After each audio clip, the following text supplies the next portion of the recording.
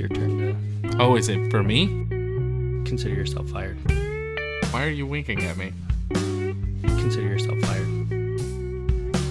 Hello, and welcome to the JT and Drew Show. I'm JT, And I'm Drew. and we're two nobodies talking about nothing. Consider yourself fired. Hey, bud. Hey, nice to see you there. Good to see you too. Always a pleasure. Happy 4th of July. Oh, happy 4th of July right back at you. Ah, this is an interesting time. The 4th fell on the Monday. Mm-hmm. So Yeah, some would even go as far as to say Happy Independence Day. yeah. If I could remember that speech, we will not go silently into the night. That was a pretty good movie, but I don't remember the whole speech. Don't think about it too hard. It's all right, bud. You talking about the Patriot? No, I'm talking about Braveheart? Independence Day. Oh, Independence Day. Yeah. Yes. Yes. Yeah. Yeah, I'm sorry. You flashed your pen in front of me and I forgot. My pen. I mean, I think that's what it was. I don't remember. Yeah, it's more of a light switch. Hey, so anyways, because today's the 4th of July, I have a great Mhm. idea. All right, let's hear it. Let's talk about Heroes of America. Oh, Heroes of America. Okay. Yeah.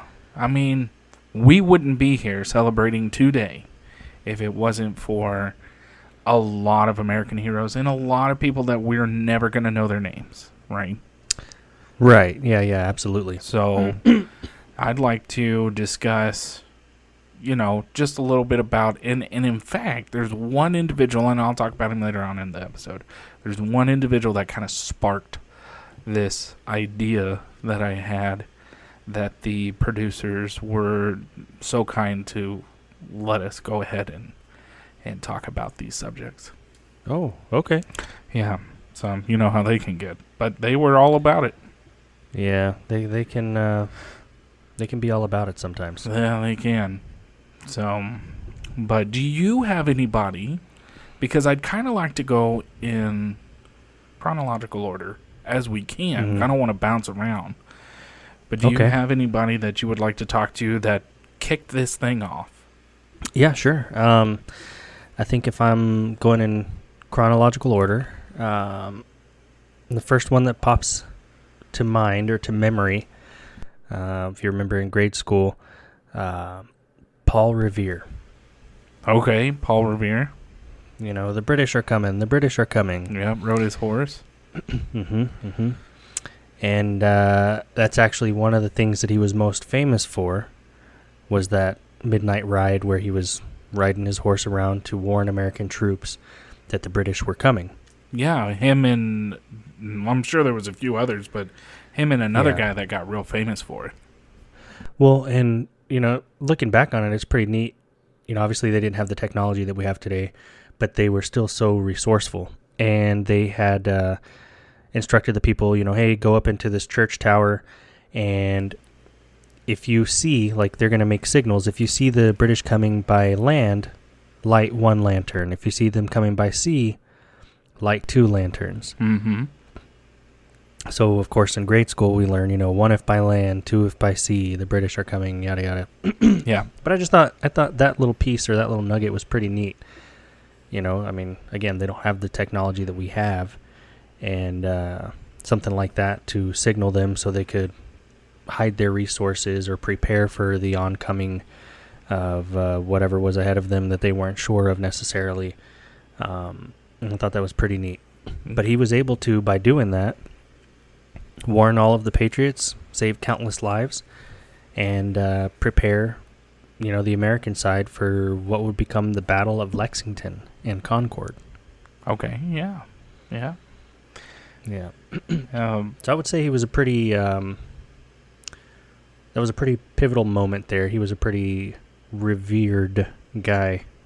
Oh, I see what you did there. Stop it, Drew. Stop. So, okay. And then you know that later on that evening, him and another individual, I can't remember his name, were captured by the British and hung for treason. Who was it? Gosh, I'm terrible for this one. I don't remember who said it. But that quote, that sometimes the Tree of Liberty, or from time to time, the Tree of Liberty has to be shed with blood. Something along those lines. Yeah, definitely. You know, indicating that sometimes the ultimate sacrifice is necessary. And in this case, it was, I mean, terrible, right? I'm sure terrible for the families involved and all that stuff. But look at the aftermath, the countless lives saved, the domino effect of what happened because they did what they did. Right. Well, in the fact that it was a cause that these colonials were willing to die for. Yeah. Oh, absolutely. So, there's a quote that I kind of like to say every now and again, and usually I'll definitely say it when I definitely get the opportunity. But with Mel Brooks, or not Mel Brooks, goodness gracious, with Mel Gibson, who says, why would I want to trade one tyrant 3,000 miles away for 3,000 tyrants 1 mile away? A legislation man can trample a man's rights just as much as a king can. And giving the certain state that we are in, we can see that. Yeah, definitely. That's a great quote. But, there are a lot of movies going to quote a lot of things, and it's not always historically accurate. But, Paul Revere, right. I mean, he's the one who helped us kicked it off. He's the one who helped the cause to, again, build this great nation. Mm-hmm. Yeah. Yep. So, all right. Well, hey, that's a good. Who else you got for me? What about you? Oh, me? Yeah. Okay, yeah. Let's see. We could fast forward a little. Another one that I've got here would be Audie Murphy. Audie Murphy. Yes, sir. Okay. U.S. Army soldier, actor, and Medal of Honor recipient. Oh, okay. What era? So he was his lifespan 1925 to 1971. But we're going to talk a little bit more about World War II here. Okay. Before you do that. Yep. Before you do that, let me get on one individual. Sure. Who was just before World War II. It was a Marine, of Dan Daly. It was good for Dan Daly. He was in World War I, right? He had made a name for himself prior to World War I. He had a couple of Medal of Honors during the Boxer Rebellion and the U.S. occupation of Haiti, right? So he won a couple of Medal of Honors there. Oh, wow. Yeah. Dang. By the Said time a couple. Yeah, he had two. Dang. Yeah, Wow. one in each. So really stern guy. Real. When you think of Marine, usually people will think of Dan Daly. But in World War I, back in 1918, this man was 44 years old. Oh, wow. Yeah, so you think about that, like, holy mackerel. Yeah, a lot of our guys are facing retirement at or before that age. Yeah, currently. And he's 44 and he's out fighting hand-to-hand combat. I mean, He's just going nuts. Yeah, well, so what made him so memorable in World War I was he was a part of an assault team and was fighting some Germans, and they came under machine gun fire. And he supported or rallied his troops and said, and I'm not going to do all the quote because, they're Marines and they like to cuss. But he says, "Come on, you sons of," and then we can figure out what the last word is. Do you want to live forever? And that kind of inspired his men to go and take the trenches and capture some Germans.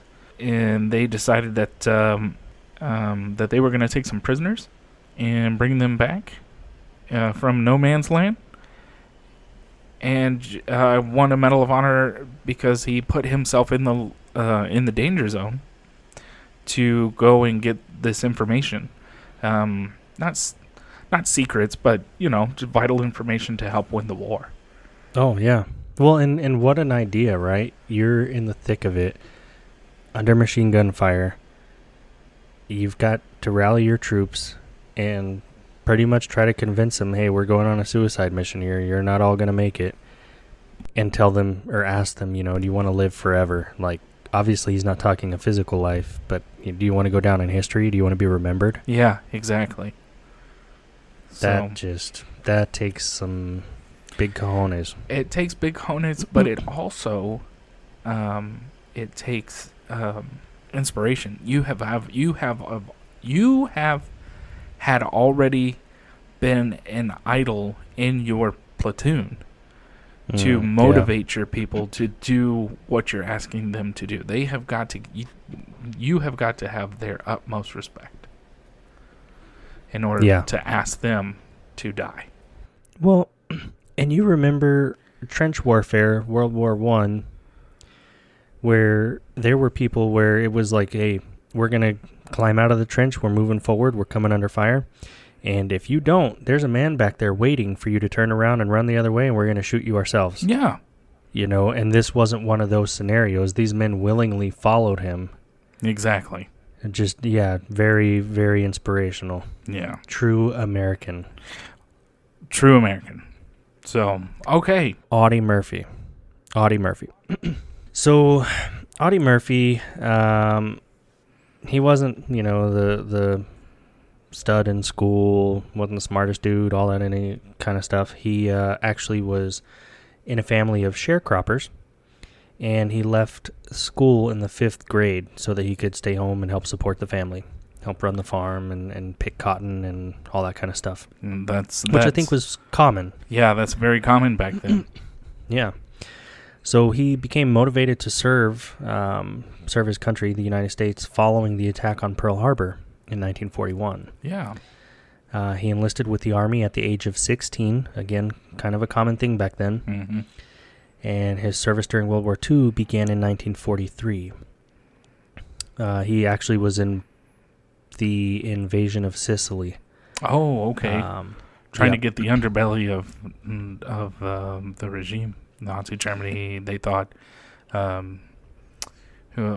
Churchill thought that Italy would be a soft spot. Yeah. Gotcha. Mm-hmm.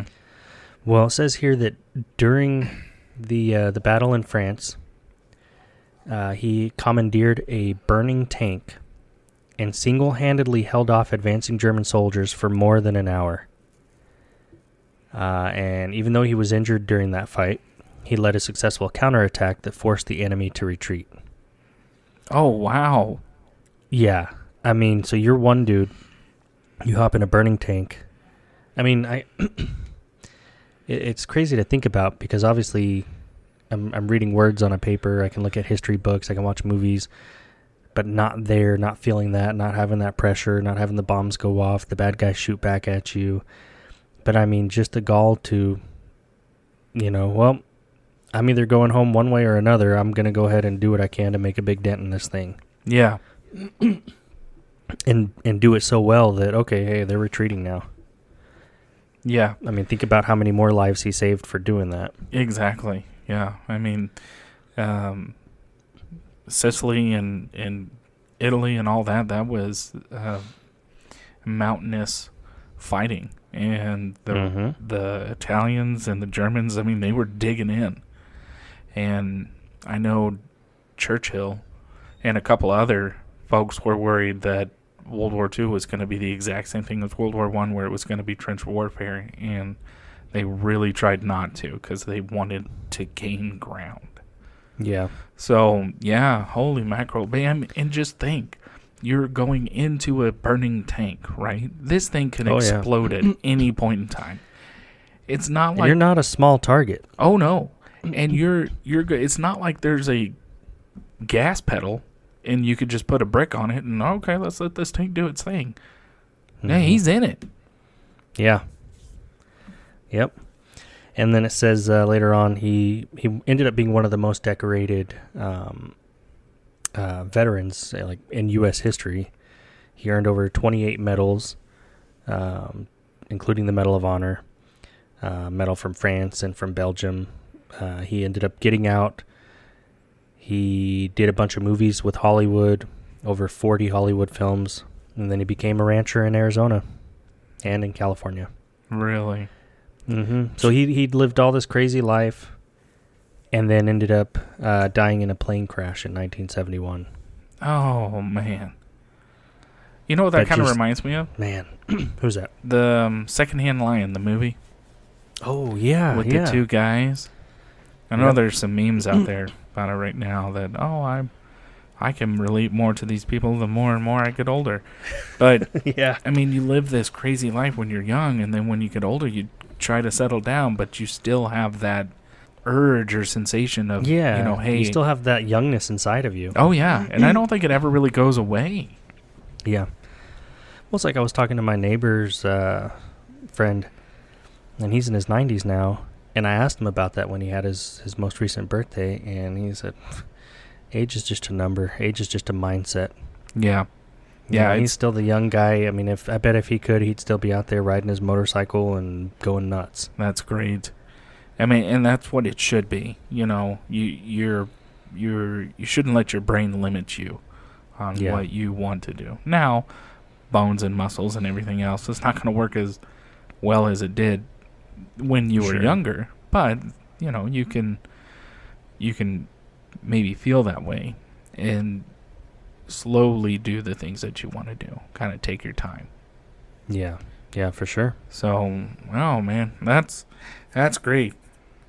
That is another true American hero. True American hero right there. Yeah. I have a individual, of course, World War II, that is the greatest generation that ever lived, right? Yeah. It was a call to arms. There were so many people that wanted to join and fight for their country. And, of course, here in America, December 7th, 1941, is a date that will forever live in infamy. And that shows that America, when push comes to shove, America is going to shove back. You're not going to take advantage of us. And we still live to that morals today, a good number of us. So, but I have a personal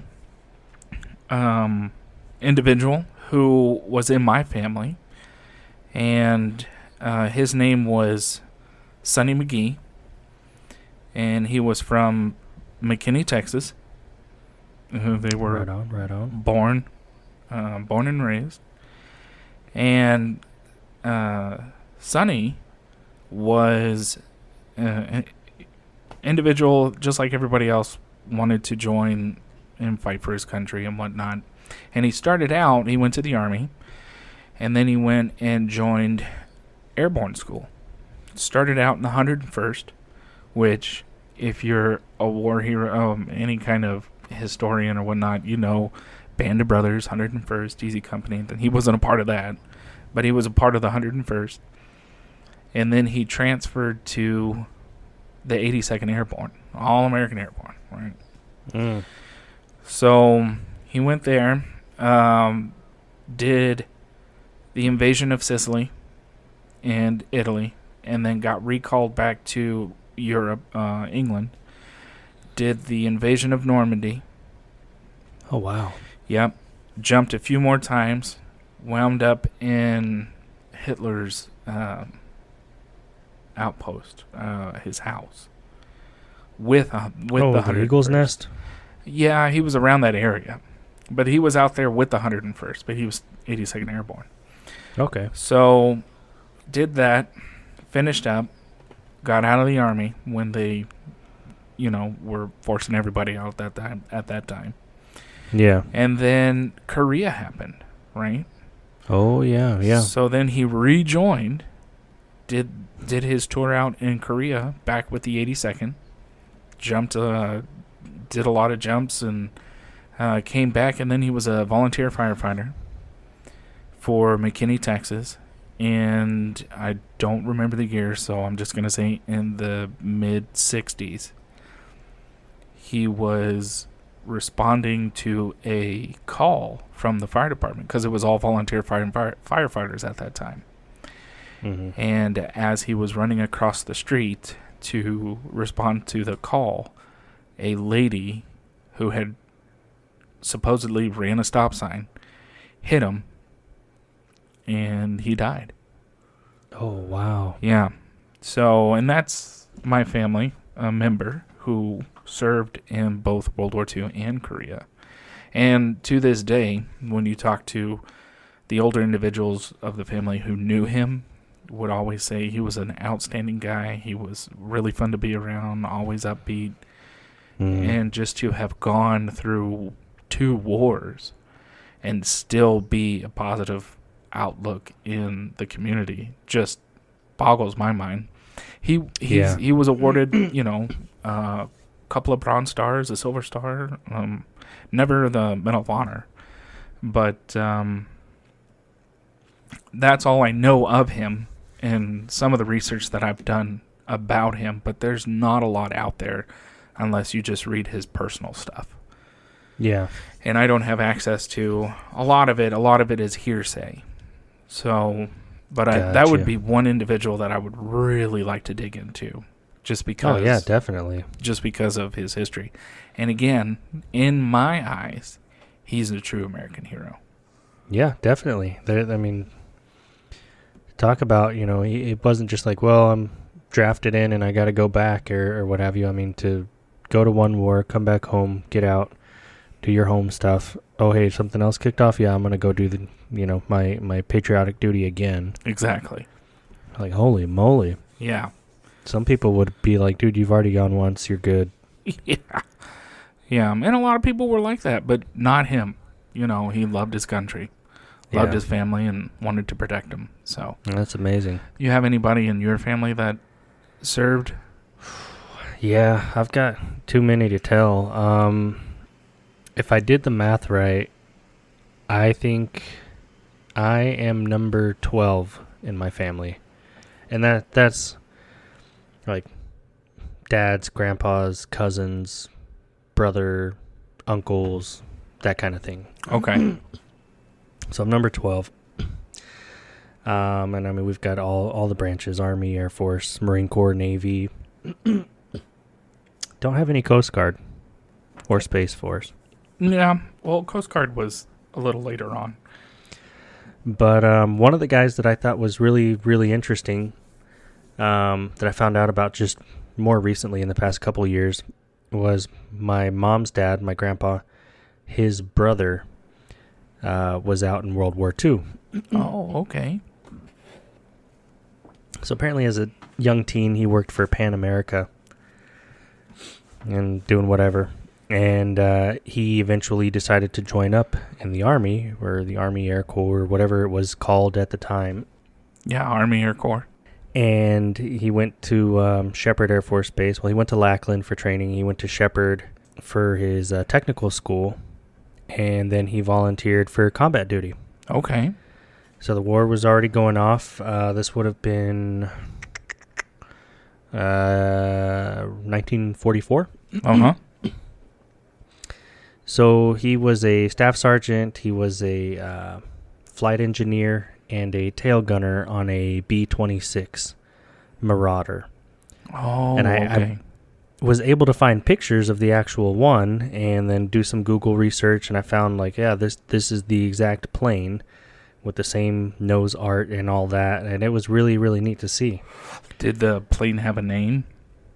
Yeah, the plane was named the Coral Princess 3. Okay. Yeah. And like I said, he had volunteered for combat duty. They sent him to France, him and his air crew. They were flying a combat mission over Germany. And as they got to, I guess, above their target, because they were a bomber, they ended up taking pretty heavy enemy fire. They got hit with flak. And they were struck down, crash landed near Belgium. Oh, wow. Okay. And one of the articles I found said everyone but one of the crew got out of the plane. They were able to jump, at least within a couple hundred yards of the plane hitting. So some of them probably got out a little late. Yeah. But no, there were no survivors. So I don't know if the others, took more fire as they were coming down with their parachutes, or if they just hit the ground. I don't know. Goodness gracious. I couldn't find any details on that, but it was just neat to know. I'd love to know in the moment. Did they already release their bombs? Did this have, what happened? XYZ, all the nitty gritty details. But just similar to family that you were just talking about, they felt this, hey, this is going on in the world right now. This is how my country's involved. Sign me up. Yeah. Send me. Let me go do it. I want to do my part. Yeah. Yeah, exactly. And he didn't make it back. He's actually buried in France. Oh. A lot of folks that, unfortunately, that's what happened. Yeah. But it was just neat to know that, at that time, and I'm not saying it's not necessarily like that now, but at that time, there were so many people that were willing, hey, yep, I want to go. I want to keep the fight off my front door and handle business over there. Yeah. So I'll stay over there. Yeah, exactly. Wow. Well, what was your granddad's name? So his brother's name was I'm sorry. Ezekiel Mendez. Ezekiel Mendez. Mm-hmm, A true American hero. Yep. And- And he left for the war when my grandpa was, not even a teenager. Like he was, Like preteens is yeah, what we he was would call probably it now. 9, 10, 11, somewhere around there. Oh, wow. So he never saw him again. And then he ended up joining the Marine Corps and yada, yada, yada. Lots of family in the military, but yeah, that one was pretty interesting to find out. That's amazing. And, your granddad's brother made the ultimate sacrifice. Yeah. So that right there, and you hear it from all the veterans, the real heroes are still back there. Mm-hmm. And, they made the ultimate sacrifice. So, Well, I mean, they paved the way, It's unfortunate that they didn't make it back, but because of their sacrifice, it led to the overall victories, whether it was in this battle or that battle or what have you. right.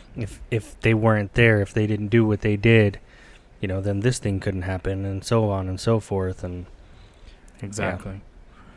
Well, sorry to hear about that. But no, yeah. What else? Do you have anybody else that you're thinking of? yeah, so I'm gonna, I kind of dabbled in World War II and then kind of dabbled in the Korea, so I'm gonna hit the next big one, and I'm going to give a shout out to a YouTuber and a podcaster who I listen to, who kind of sparked this idea of, hey, this show's going to be on the 4th of July. This is a great topic. Let's go ahead and do this. But I do listen to Mr. Ballin, who, yeah, he's big on TikTok. He's big on YouTube. He has his own podcast now. Does his money jiggle or fold? I don't know. But Okay. he's a prior Navy SEAL. And wow. he talks about it and is very proud of it, like he should be. And overall, from what you see online, just seems like a really nice guy. And I'm sure he really is in real life. But he told a story that kind of sparked my interest about an individual who fought in Vietnam.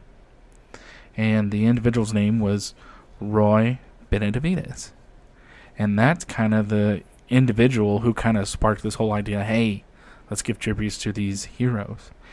Yeah. And yeah. so... Tell me more. Yeah, so Roy Benavides is from Texas, right? So he's already got it. He's already in good graces in my book right there. Started off on the right foot there. Yeah, he did. But, so he goes and he joins the Army National Guard. Just starts out, right? Had a rough start when he was a kid. Both of his parents died. He was raised by his grandparents and him and his siblings. And then he goes and he joins the Army National Guard because it seemed like, hey, he wanted to better his situation. Great. Okay. Awesome.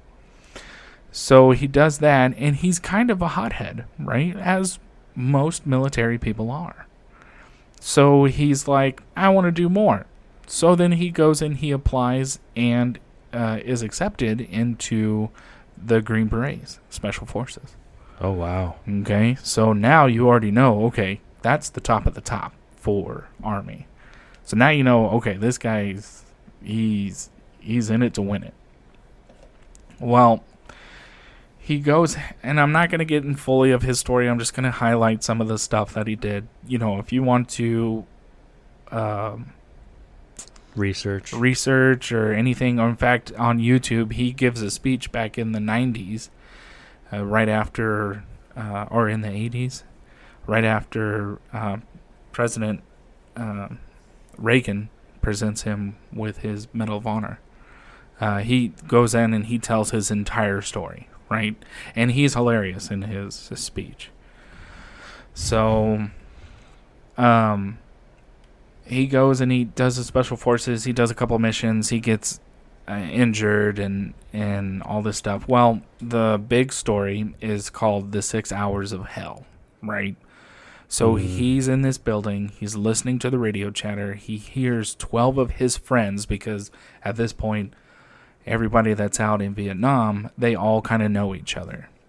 So 12 of his friends are in the bush. They are in the jungle, and they are getting attacked by a battalion of North Viet Congs, right? North Vietnamese fighters. Oh, wow. So it's 12 against 1,000, right? They're holding their own, but they are trying to get out of their situation, and I think they were just going out for a recon mission. They weren't going. Not good odds there. No. So Roy, Mr. Benavides, hears this, and he starts running out to the flight line where the helicopters, Hueys, are flying in, right? So he eventually flags down a helicopter on the flight line.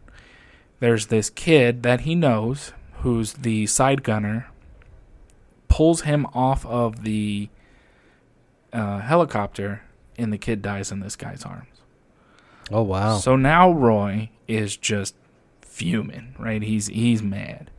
So he talks to the pilot, says, "Are you willing to go back?" The pilot says, "Hell yeah, I'm willing to go back." Jumps on board. They take off. They start heading to the DZ, right? But Mr. Benavides forgot his rifle. So all he's got is his knife, combat knife. So they get to the DZ, and it's too hot. They can't land. So he talks this pilot into just getting as close to the tree line as he can, and he's going to jump out. No rope, no nothing. He's just jumping. So he gets to the trees, jumps out of the helicopter, falls through the canopy, eventually hits the ground, right? Then he starts running. Now he's behind enemy lines at this point. So he's running past the enemy, getting to his guys. He's got a med pack that's got, a couple of morphines in it. Starts shooting his guys up with morphines, sets up his individuals to have a defensive line, and just tells people where to shoot. As he's getting the dead and really, really bad wounded guys off to a safe place. Eventually, they get to a clearing, tries to call throws the smoke grenade out, tries to get the helicopter to come down. He's moving all of his people back, and he's running in and out of the jungle to grab his guys, right? So if you kind of think of like Forrest Gump, he outruns everybody, but then he's going back into the jungle to grab his friends. And I know that's a terrible way to describe it, but I'm trying to get people to kind of visually see what's happening, right? I want to go home, Forrest.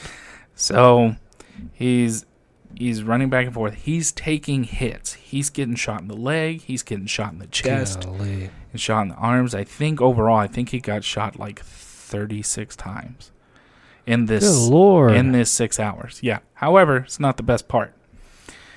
So he's still popping morphine into his buddies. He's popping morphine into himself, right? So he can't feel this stuff. And then Got that adrenaline going, huh? I'm sorry. I said he's got that adrenaline going. That's all he's running on at this point. The helicopter that was originally there was shot down. The pilot died, all that. So he sets up a defensive line around the helicopter, and then eventually they got pushed back to the tree line on the opposite side.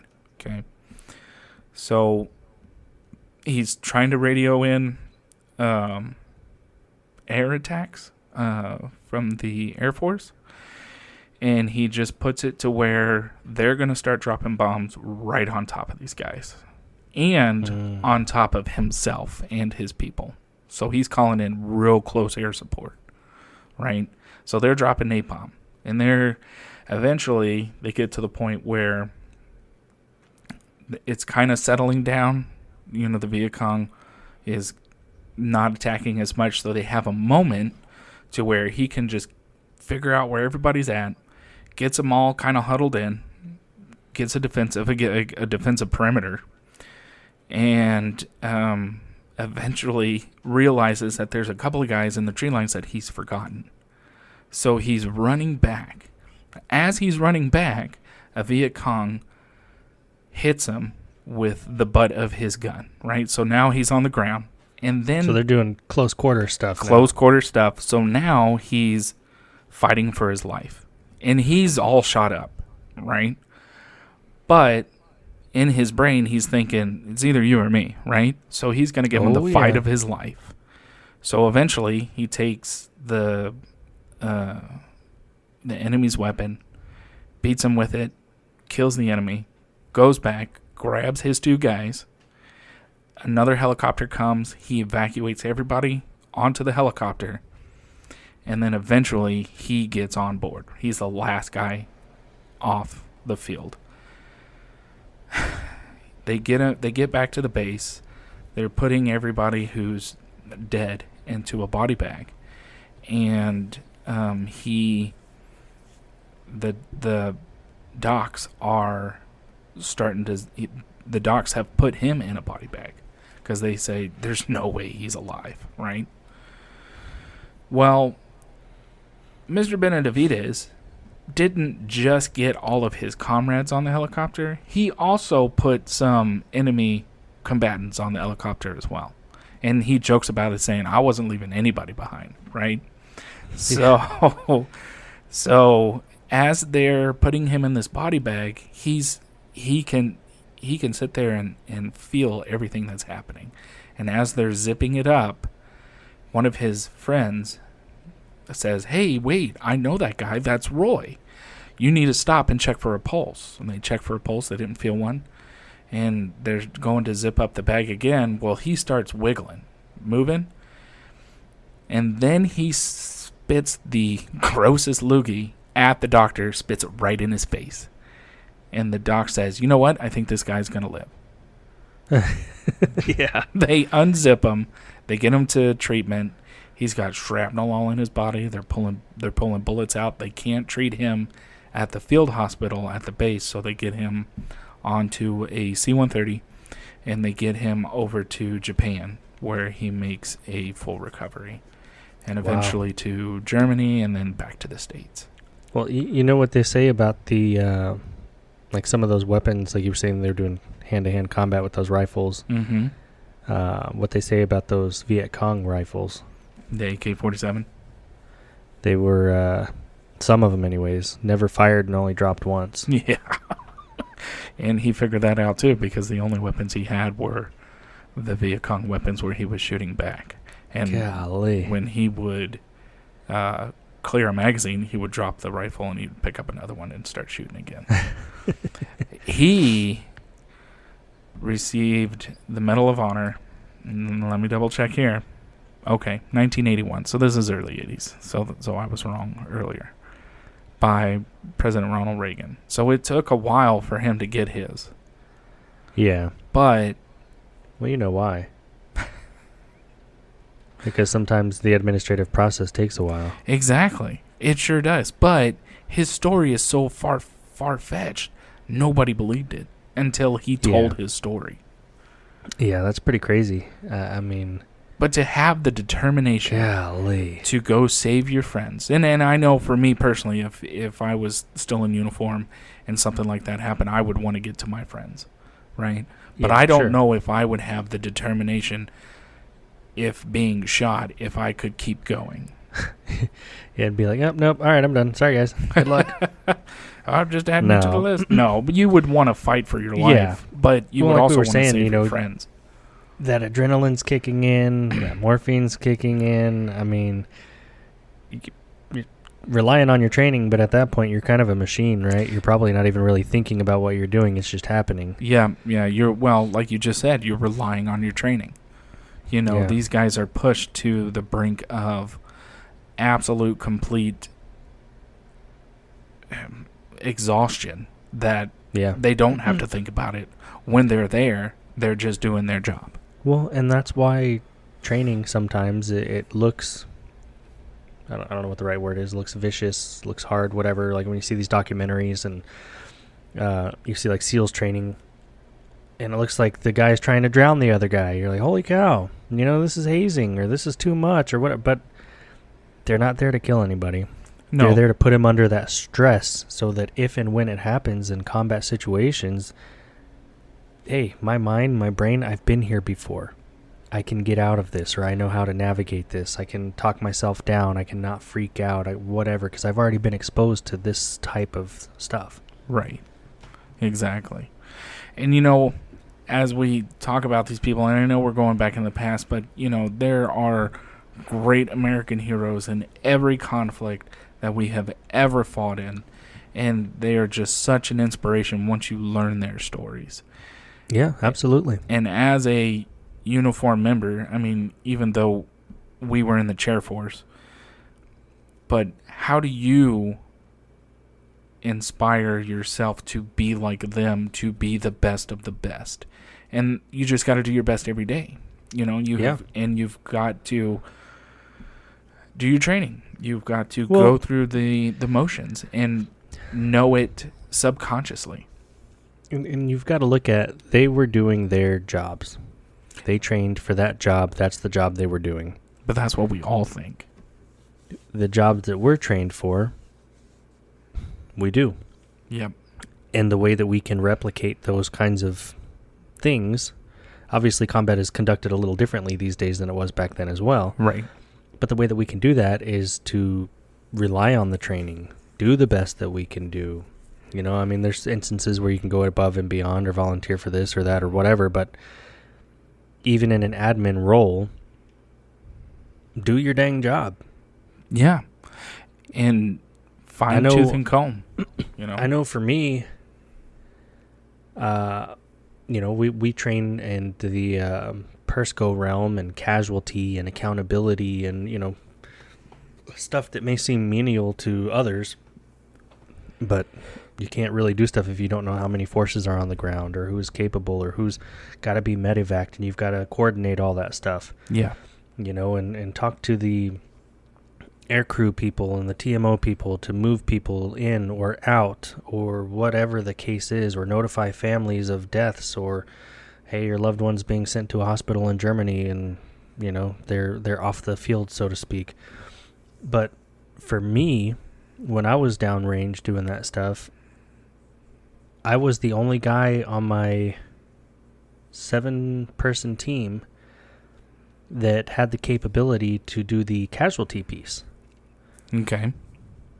So, you know, and I was a night shifter, so when I got woke up after like 2 hours of sleep and they're telling me, hey, I got to go, so-and-so wants to talk to me, I'm going to get debriefed or whatever, I'm like, oh crap, what did I do or what didn't I do? And then they're telling me that, hey, we need this to happen. We need this report. We've got to talk to headquarters. We've got to do ABC. Here's the list. For me, that's when that adrenaline kicked in and that, hey, I got to rely on my training. I know how to do this, all right? I've done this 1,000,000 times in practice. And Right. exercises and all this stuff. So it was very familiar. And I knew, okay, this is real this time. This is, you know, 4 people died. These are 4 real families that are going to be receiving this information. I need to get it right. I've got to get the details. You fill in the blank. But I think that's how we no matter what your job is, that's how you replicate that kind, you bring that same energy. Yeah. It doesn't necessarily have to be, I'm going hand to hand and it's your life or my life. It can be. It sure could. But it could be something else too. Maybe you're in charge of scheduling flights. Crap, if that doesn't happen, resources are left behind. People are left behind. Stuff doesn't get out on time. Things don't unalive themselves that need to be unalived in time, so on and so forth. Every little job has its purpose. Exactly. Yeah. And even if you think, well, I'm not doing what I raised my right hand to do, I'm doing these little taskers or anything, you're wrong. Yeah. Because every job is important. Because if you don't get your job right as casualty, and you don't honor the memory of the fallen and get every bit of detail correct, then the individuals, the chaplains, the commanders, whoever at the home station informing the family don't have a true picture of what happened. Yeah, well, yeah, they don't have a true picture. They may not receive the entitlements or the death benefits, unpaid pay and allowances, life insurance, all these things that are a domino effect from that reporting, and that could be held up because I didn't do my job right. Exactly. Or I didn't care, or I just whatever. Exactly. Yeah. So yeah, everybody, we used to watch those videos when we were active duty, like, oh, everybody's a puzzle piece. Where do you fit in and whatnot? But yeah, there's truth to that, and if you don't see it that way, if you don't, like you said a second ago, like, oh yeah, I'm not doing what I raised my right hand to do. If you kind of have that attitude or that mentality, that maybe it's not the job for you. Maybe do your time and figure something else out for the rest of your life. But yeah, either you pop smoke or you retrain or do something that. Yeah. There's nothing wrong with that. At least you're identifying it and you're moving forward. Exactly. So, well, brother, you, sir, are a true American hero in my eyes. No, you are. Not at all.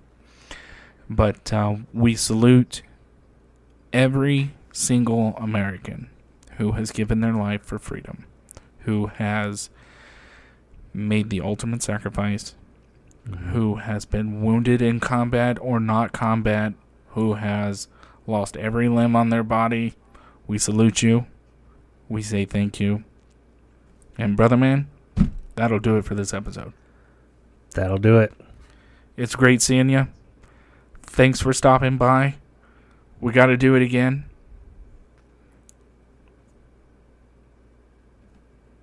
Yes. As always, we'd like to say thank you for stopping by and listening to the podcast. Yeah, we realized that you could have been doing anything way more productive, but you chose to waste your time with us. We look forward to talking about absolutely nothing with you next time. If you have any questions or topics you'd like us to cover, please email us at jtandrewshow@gmail.com or visit our Facebook page at www.facebook.com/JTDrewShow.